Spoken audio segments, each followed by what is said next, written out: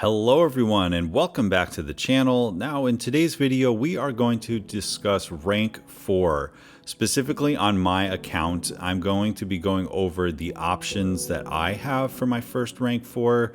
This is the deal, guys. It is on the way. We know from the recent live stream that rank 4s will be available for all summoners that can complete the upcoming content. This is of course the Epic of Pain, and it's kind of right on schedule. You might know on this channel I've covered this in the past, sort of the history of progression and when I was expecting stuff. I will say it's a little bit earlier than I anticipated in my video that I made in the fall, but given how Banquet went and the fact that some people ended up with one or multiple rank 4s, it did make sense that within a month or two we would see some kind of content to give all summoners the chance to get a rank 4, and that's basically what we have here.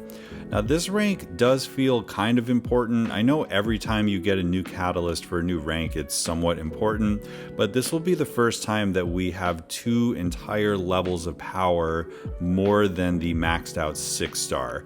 And that to me feels significant because the Ascended 6 stars were certainly able to compete with rank 2 7 stars and in many cases rank 3 7 stars, even though they were punching up a little bit. But I feel like once we start seeing mostly rank 3 rosters with a couple rank 4s, we are going to start seeing them slip a little bit more, and even the champions like, Hulkling and CGR and Doom and Hercules and stuff like that are going to kind of feel less and less relevant as long as they stay as 6 stars. So this is kind of an important moment in the game and something that I think you do need to think about a lot as you're making your choices for your first rank 4s.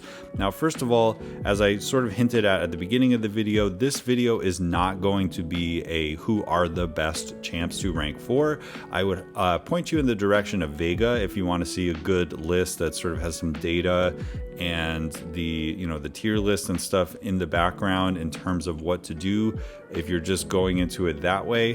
What I want to do is I just want to kind of have fun and show you my roster and tell you who I'm personally thinking, and maybe that can help bring some stuff in your own mind about who you want to bring up as well. Now, my criteria for my own account is pretty simple. It basically comes down to, have I already had good results with them? Like, that is the number one question that I ask. Like, has this champ done me well in the modes that I'm playing them in? And then also, do I anticipate that they will help me in the future? You can get into the nuts and bolts of like who gets the most benefit from the rank based on how stats work and things like that. But ultimately to me, it's like, who are the champs that have been my go-tos that I know in future content are going to have some kind of place, have some value in battlegrounds, things like that. Now, second of all, I do think because we are going to only have a limited amount of rank 4s, the signature ability is somewhat important. I want to basically be picking champs that either I've already started to invest the SIGs in, mostly because if they're going to be the highest power level of rank 4, I also want to give them signature stones and not feel bad about it. So it's not necessarily about prestige here. It's more about like, do I want to fully invest in this champ and just take them to SIG 200 if they're not there already, things like that. So that definitely does come into play. If they have a SIG ability that's just good at 20, maybe it's not the best rank 4, but at the same time, since prestige isn't my main concern, they could still get considered. And then sort of Easter egg, my last criteria is if they happen to be Spider-Verse or symbiote related, then they get bonus points, because I love that side of the contest and those types of champions. So you will see as this list goes on that a lot of them do check that box. Obviously not all of them, but if I could go with a Spider-Verse character, that would be pretty cool. Now, just to summarize, we will be getting a class gem for 100% epic. That's 6 paths, fighting the Ares boss 6 times. It is going to be hard. It's going to cost items. Not anticipating it's something I can do in one day. But at the end of that, you get to open a crystal and it will pick the class for you, which I do like. I like that if it's your first rank 4 or rank of a new class. It is kind of nice to have like the game decide for you. It limits your decision making. But the other thing is, right around the corner, we will be able to get our 3rd tier 7 basic. I already have one from the Karina's challenges objectives, and then there will be a second tier 7 basic just for completing the epic. And then we know in the Valentine's Day offers there will be a third one, which might be too rich for my blood, but the fact that they're selling it there, I highly anticipate in March or April there will be some other content to get a third tier 7 basic. And then if you line up your class catalysts and enough tier 4A, you will be able to manually bring up whatever class you want. So my last piece of advice before I get into my list is that if you get a class gem, it is definitely worth considering who you're going to use for that first before using your basic resources. So if you go into Valentine's Day, get that tier 7 basic and just like rank up a champion, then just know that you might be shooting yourself in the foot because there is a class gem, and you could accidentally rank up the same class twice, which you may not want to do. So always use the class resources first, and that's why in this video I'm going to be going class by class, and we're going to talk about, depending on which gem I get, which champs I might consider. So with that, we're going to kind of go in a not usual order. I'm going to actually start with tech, and this is where we will begin talking about my options. So it's mostly going to boil down to who are my rank 3s. I'll filter it by 7-star. And those are going to be the main contenders. But my top contender for tech right now is actually Prowler. He is so versatile. I love that he has some immunities that are relevant, especially the Falter immunity. The Sentinel relic with his Incinerate gives it a nice long duration, which just adds to his damage. And he has a Falter of his own to create some miss and some openings. His power control, where they just go down to 0 power, is amazing. And then the special 2 burst when he's at high sig and you get that high crit rate is just absolutely crazy. And then, the non-contact mediums as well. He just does so much. I feel like his kit, just the list of things that he can counter with his utility is so good that even a little bit more damage will help him. And he is very good for short and medium fights. I find that over the course of a long fight, he's not the best champion for that. But I do feel like, if you give him the rank 4 treatment, he will be able to take on some pain health pools even easier. Or if there's any kind of like moderate content bosses in Act 9 and things like that, he'll just be an absolute beast. So again, when it comes to him, it's just I've found over and over again, he's been useful for, end game challenges. He also has various tags that will help. He's metal, he's a villain, he's a Sinister 6. Like those things come up every once in a while. So I really just love what he brings to the table. I've had a lot of fun with him, and he is already relatively high sig. So I would love to just take him to sig 200, make him a rank 4. Now, the other 2 options are my other rank 3s. Stark Enhanced Spider-Man is a weird champion because, his damage only happens when he's above 50% health. He massively benefits from having relics. He doesn't have a lot of utility, but his damage and like the amount of damage per hit that you do is so ridiculous, and the way you can stun chain with relics and special ones is also ridiculous that he just comes up. And it's that age-old argument of like, does damage equal utility? And I would offer you that his utility is that he wins fights. Like this guy just has a way of winning the fights no matter what the nodes are. He's just a little flimsy, and if you get under 50% health, then you lose a lot of your attack benefit because the crit rate doesn't stick, and you do always have the option of like accidentally evading, which can really mess up your flow. And he doesn't have the protection on block like some of the other champions do. So overall, it would be absolutely insane to have a duped rank 4 Starky, and I am definitely considering it because he's also Spider-Verse like Prowler, but currently Prowler is leaning a little bit in the lead on this one. Now, also Ironheart, I've talked about her. She has come up so many times and just like saved me. whether it was the Alliance War Showcase or some kind of Pain Gauntlet or just any old node like the Bullseye on Stunning Reflection and things like that. Her kit, kind of like Prowler's, it just answers things. The tracking, the ability to apply Incinerates, the Incinerate immunity, the reverse controls immunity, the ability to just take stuff onto block and not have it do any, not only low damage because of her armor and her bulwark and her regen, but also just like no abilities on block, that great sort of glancing type ability. So she just comes up in content a lot and solves problems. However, I do think that she will still be able to do that at rank 3, and I'm less excited to rank 4 her than I would be for, say, Prowler. So that's how tech stands for me, and with that, let's move on to science.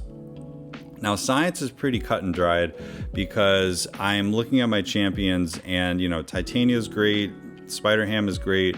I'm really considering just Photon and Silk. And I think logically I would go Photon. I think she is kind of objectively most people's top choice.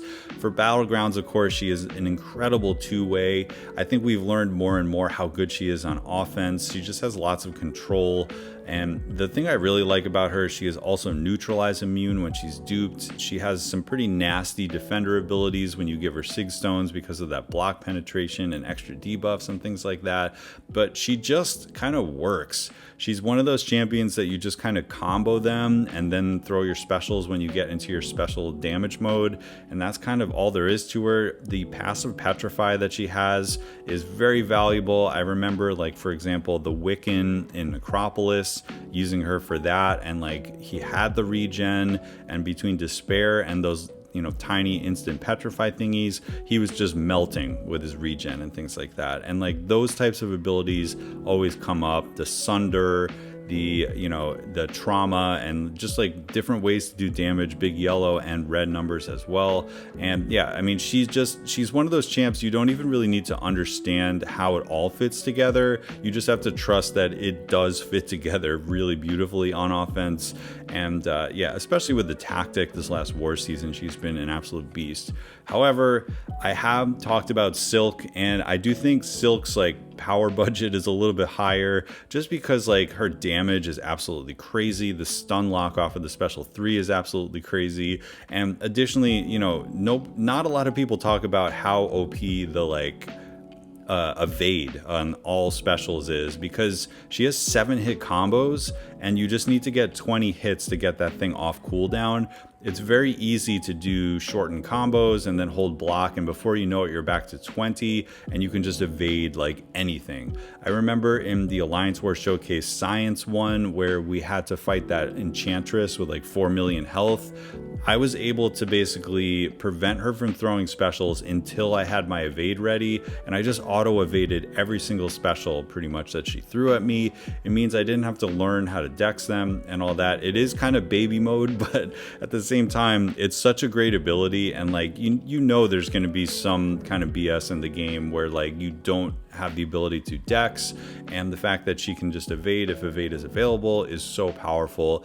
I found when I took her to rank 3, she just started popping off the way the stats work and stat focus and challenger rating. So taking her to rank 4 and getting her to even the next level, she's just going to be eliminating health pools so fast. So I may end up going with Silk just because she's a fan favorite. She's a Spider-Verse character. I think she's extremely powerful, and Photon is definitely holding her own at rank 3, but that will be a difficult decision when we get to it. So next up, we're going to move to Cosmic, and for me, it's probably going to be Scream, but that does depend a little bit on Awakening. I really do like her Awakened ability, and I would absolutely give her Sig Stones, because when she's max Sig, she can shut down armor as good as anybody. Better than Gladiator even in some scenarios, because she has the armor break and the ability to do the ability accuracy thing like he does.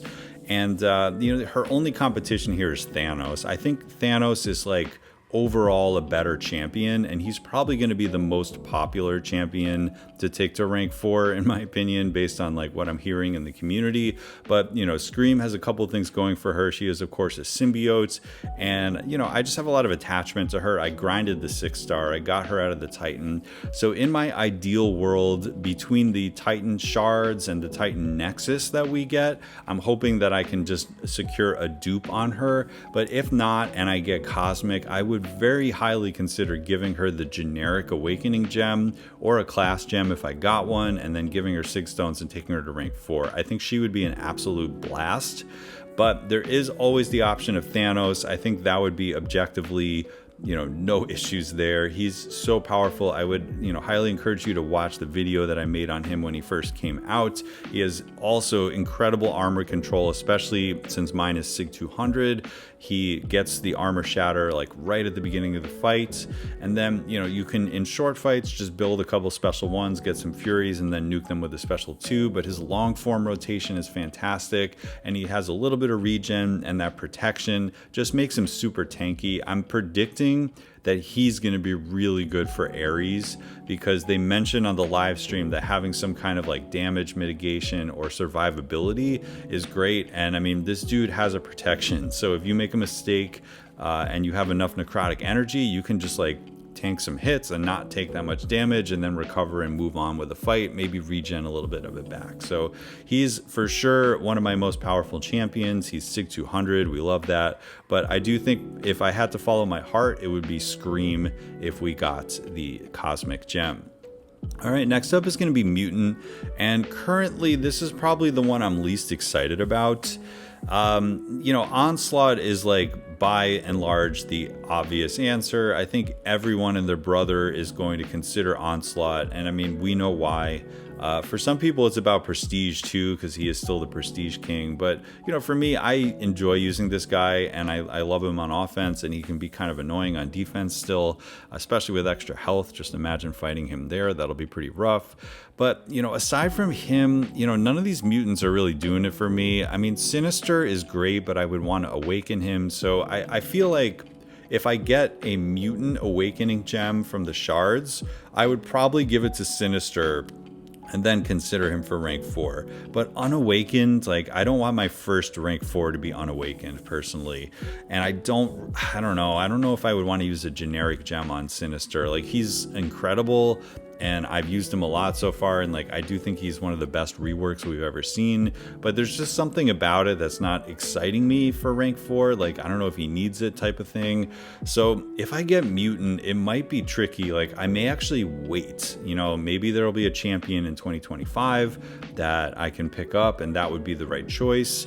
Additionally, I'm kind of waiting for Toad to get added as a 7-star. I've always enjoyed using Toad, and I think he would be a really good rank 4 as well. He would really be impressive at that rank, believe me. Like, we've been seeing Toad do stuff in pain content and things like that in these specialized matchups as a 6-star still. If he's a 7-star and his crit rate goes up and things like that, he's going to actually be quite good. So yeah, I am kind of just waiting to see that. I would prefer to not get Mutant and have to make that choice. But right now I'm sort of like 50-50, just give it to Onslaught and deal with, mutants later, or hold on to it and just kind of like, play the game a little bit longer, see what comes into the crystals coming up in terms of mutants, and go from there. So Mutant, yeah, not the ideal one, but there's nobody below Onslaught and Sinister that I'm really too excited about. Maybe Dazzler if I could pick her up, but overall it would probably be Onslaught or 50-50 wait. All right, next up is Mystic. And Mystic, there's kind of 3 scenarios here. I think Kushala is the most obvious because she's the one I've been giving the Sig Stones to. She's 160 right now, which is really nice. Those extra pauses really make her just a lot easier to play, which I really enjoy seeing that. Like, she at times can be kind of stressful to play when stuff is falling off. So the fact that we have the longer pauses is just great, and the passives are very reliable at Sig 160. So I would have no issues getting her to 200. And she is kind of like one of the best champions just in terms of being well-rounded and having a couple ways to do damage with the Soul Barb or the Incinerates, and the passives help her very much. Good for long form content with the special 3 rotation as well. So she's come up so many times, and like I would feel great bringing her to rank 4. However, if I get lucky enough to get Shathra duped from one of my Titan Nexuses or things like that, I would actually highly consider her to be rank 4. I do like having the ability of the regen at the beginning of the fight. I think that's what would bring it over the edge for me. But I've done some testing on her. I've used her against like some really big serpents on the CCP server. I've used her, I made like a whole video on her, and just very much impressed me how fast she is and how fun to play she is. And also she is, spider reverse tangent, so she does get those points there. So I just, again, kind of like Sinister, I wouldn't do it unawakened, and I don't think I would give her a generic gem, So we're talking like if I get a Mystic Awakening gem and a Mystic rank 4 gem, like if that scenario happened, I would probably give both to Shathra. And then the third champion would be Enchantress, and I am starting to make more and more content on her. You will see a little bit later on a full guide on Enchantress, which is what everybody wanted in the comment section on my recent Enchantress video. I do think she has a lot going on even for offense. We know she's not getting further buffed, so this is the Enchantress that we have. It's time to learn to play her and get better with her. And I'm just trying to prove that she does work in medium level fights as well. Like, she's never going to be a Battlegrounds attacker, but she is such a threat on defense. Like, I'd be happy to plop her on Alliance War defense for my team and, keep her in my Battlegrounds deck. She'll probably get banned a lot, which is fine. It means I won't have to fight her on the other side that way, and I'll get to keep some of my attackers. But then I do think for content, like, there's going to be more and more chances to use her. I'm going to get better and better at using her in those sort of moderate scenarios. And yeah, just rank 4 gives her a little bit more survivability, a little bit more damage, makes her go a little bit faster in those scenarios, and I could totally see that as being my play as well. So it's kind of like Kushala or Enchantress, and maybe Shathra if I can figure out a way to awaken her. And then finally for skill, it's going to basically come down to 2 champions. One is Elsa Bloodstone, who has been one of my signature champs, I would say. And the thing with her is she's kind of fallen off because there are so many rank 3s now. She is one of those champions that if she is early to get promoted to the new rank, she's great. And that's happened to me multiple times in my career. Like, she was my first rank 3 6-star skill. And at that time, when I joined SSX, I was using her in war, almost every war. Path 4, she was doing so great when she was the highest power level and there wasn't a lot of people to match her. But then, we started getting rank 4s and like she became a little bit less usable. The same thing happened with the 7-star. After after Necropolis, I took her to rank 3. She was awakened. She was my first skill, my second ever rank 3 7-star. And for those early seasons of Battlegrounds and in content, I was using her all the time. And when she was like punching down a little bit, it was just enough to make her like incredible, right? And then, now we're going up against these like full rank 3 decks and some rank 4s and things like that. It's just like I'm not seeing her being the most usable. So she is a champion that if she is the highest rank and not everybody has caught up to her, she benefits greatly from that attack increase and survivability. I know you could say that about a lot of champions, but I've personally found that like she's sort of reawakened every time I've done that. So I do think if I took her to rank 4, then she would, make it back into my decks and be usable. She probably wouldn't get banned. And also, like, she just has so much skill utility that always comes up, and the damage would be pretty incredible at that rank. So I am definitely considering her, but I think slightly heavier of a decision will be Chioth. Chioth, I've done videos on her as well. She is just the most well-rounded skill champion, especially for content clearing. Just has a little bit more utility. Like, the cleanse will take care of all types of debuffs instead of just non-damaging debuffs. And she has grits, which is a really unique and important effect. She basically has vigilance through her tranquilize as well. That's like a miss counter. And, she's got a really fun play style that just encourages skillful play. way, punishing heavy attacks, punishing special attacks, using your own heavy, applying the bleeds. And yeah, she's great for short, medium, and long fights. And just like overall, like I said, kind of in my opinion, the most well-rounded skill. And looking at some of my other options, unless if Patriot gets a massive buff or I start learning Silver Sable or something like that, it's probably going to be Chiyolth.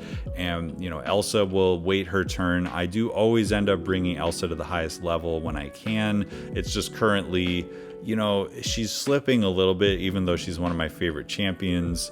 And I think she's going to stay rank 3 if I get the skill gem. But who knows, if I'm feeling a certain way on that day, it may end up being Elsa as well.